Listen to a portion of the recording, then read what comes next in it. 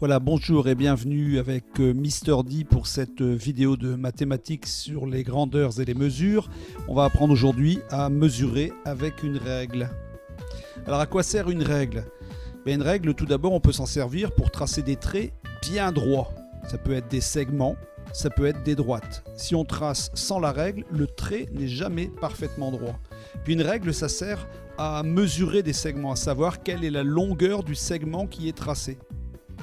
Alors les différentes sortes de règles, en CE2 on va utiliser une règle graduée qu'on appelle le double décimètre qui mesure 20 cm. En CM2 on va utiliser une règle un peu plus grande, la règle graduée de 30 cm c'est le triple décimètre. Au tableau le professeur, lui le maître ou la maîtresse utilise une règle graduée aussi, mais celle-ci elle est généralement en bois ou en plastique. Elle est grande, elle mesure 1 mètre, elle est jaune, c'est le maître du tableau. Alors il y a aussi des professionnels comme les menuisiers qui utilisent des mètres pliants ou bien les couturières qui elles utilisent un mètre ruban. Et il y a même des mètres rubans automatiques qui se rembobinent tout seuls qu'utilisent les bricoleurs. Alors les différentes sortes de règles, on a aussi des règles non graduées. Celle du haut n'a aucune graduation, elle ne sert qu'à tracer des traits, alors que celle d'en dessous, elle comporte des graduations et donc elle est faite aussi bien pour tracer que pour mesurer. Et vous en classe, généralement, le plus souvent, vous avez ce qu'on appelle le double décimètre. C'est une règle en plastique transparente qui est graduée de 0 à 20 cm. Alors les graduations de la règle, on en trouve des grandes et des petites. On trouve des grandes, des petites graduations. Les graduations, ce sont des petits traits qui sont dessinés sur la règle. Alors les trois sortes de graduations, tout d'abord on a les grandes graduations, généralement qui comportent aussi un nombre, un 0, un 1, 2, etc. Les grandes graduations, elles servent à montrer où sont les centimètres. Ensuite, il y a entre ces grandes graduations, il y a des moyennes graduations qui servent à vérifier, à mesurer les moitiés de centimètres. Et enfin, il y a les petites graduations qui sont nombreuses et on les trouve pour mesurer les millimètres. Voilà les trois sortes de graduation. Alors les grandes graduations tout d'abord, l'écart qu'il y a entre chaque nombre correspond à 1 cm. Donc entre 0 et 1, on a 1 cm, entre 1 et 2, on a 2 cm, etc. Donc on compte de centimètre en centimètre. Voici par exemple des écarts de 1 cm. En vert, on a un écart de 2 cm et en bleu, un écart de 5 cm. Alors, le plus grand écart qu'on peut voir sur une règle, c'est le décimètre, DM. Le décimètre, c'est un écart qui mesure 10 cm. Il mesure aussi 100 mm. Voilà, et c'est pour ça que je vous ai parlé tout à l'heure de votre double décimètre, puisque le double décimètre chez vous, il a exactement 2 décimètres. Ensuite, on passe aux petites graduations. Les petites graduations, elles sont très nombreuses. Ce sont les millimètres. Donc ici, je vous ai mis un écart en noir de 10 mm et ensuite entre le 8 et le 10 il y a un écart de 20 mm. Les millimètres là je les ai comptés de 10 en 10. Alors on voit entre les deux règles que l'écart d'1 centimètre entre la règle du haut et la règle du bas, on voit que l'écart d'1 centimètre correspond exactement à l'écart de 10 mm et que l'écart de 2 cm correspond à l'écart de 20 mm. C'est normal puisqu'on sait que 1 cm c'est égal à 10 mm. Alors il y a aussi les graduations moyennes dont j'ai parlé tout à l'heure. Les graduations moyennes, ce sont des moitiés de centimètres. La moitié d'un centimètre, c'est 5 mm. Donc les graduations moyennes, quand on en ajoute 2, 5 mm et 5 mm, ça fait 1 cm.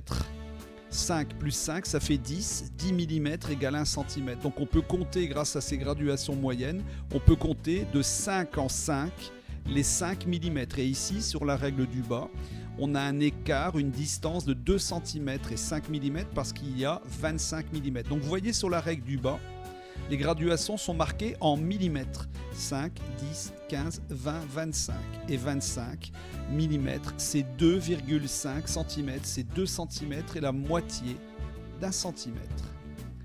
Alors, maintenant, quand on va mesurer un segment, si on a de la chance, on peut tomber sur un segment qui tombe juste. On dit ça tombe juste.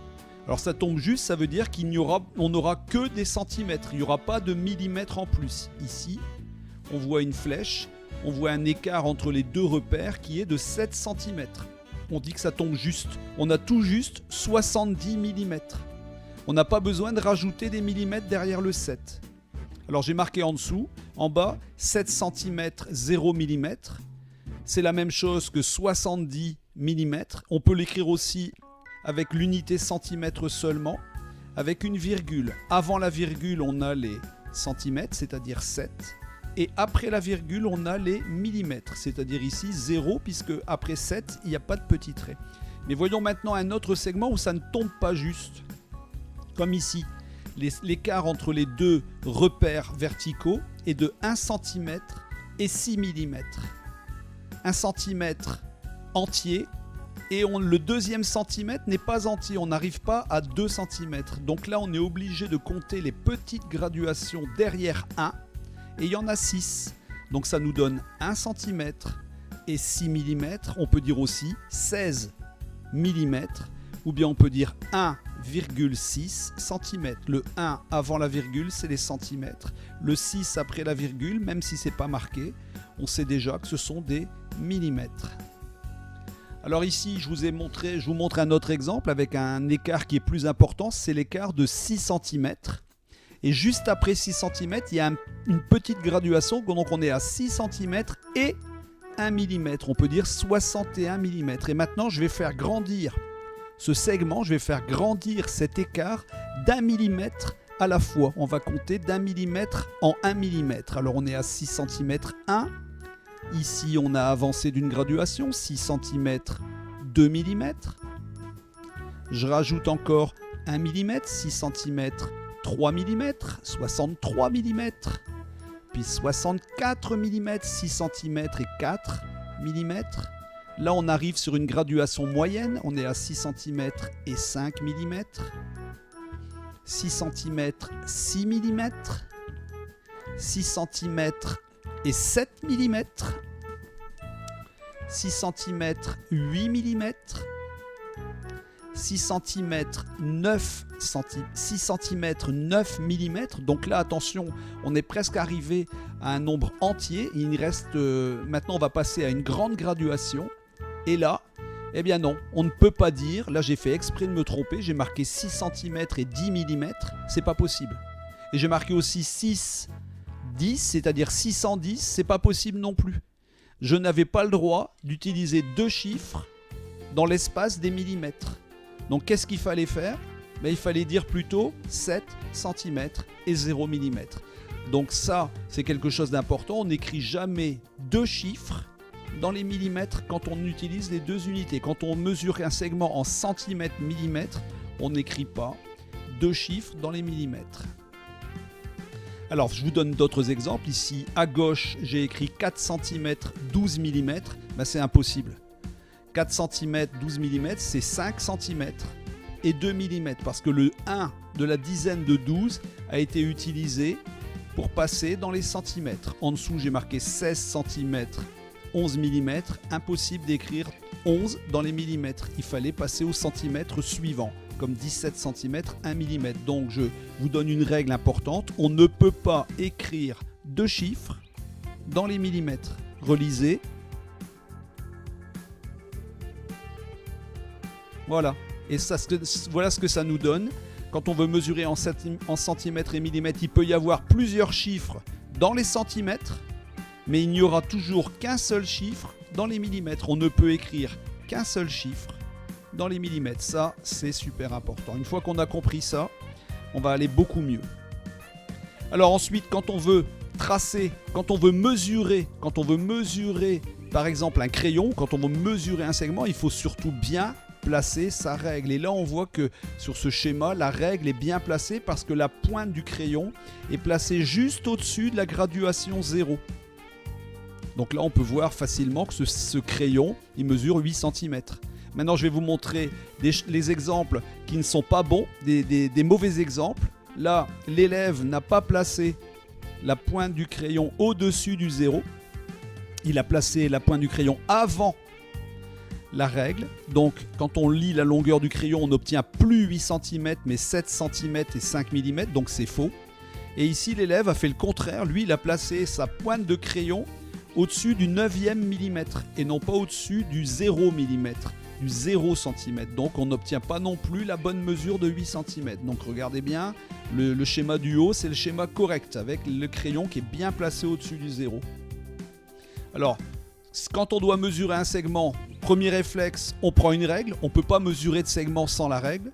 Deuxième réflexe, on place bien le début du segment au-dessus du 0. Ensuite, on lit le numéro qui est marqué sur la règle. Et ensuite, on recopie la réponse en indiquant bien l'unité, en disant le segment mesure 5, mais pas 5 tout seul, il mesure 5 cm ou bien 50 mm. Alors là, on a un exemple de mesure de segment. On voit un segment AB. Il mesure, sur le schéma du haut, exactement 6 cm. On peut dire 6 cm, 0 mm ou 6,0 cm. Et en dessous, le segment CD, lui, il dépasse 4 cm. Il dépasse de 5 mm. Il arrive à une graduation moyenne. Donc il mesure 4 cm et 5 mm. On peut dire 4 cm, 5 mm. On peut dire 45 mm ou on peut dire 4,5 cm. Voilà, c'était ma vidéo pour vous apprendre à mesurer avec une règle, en tout cas pour éviter de faire des erreurs. Je vous souhaite de revenir bientôt me rencontrer et me voir sur YouTube si vous en avez le temps. À bientôt.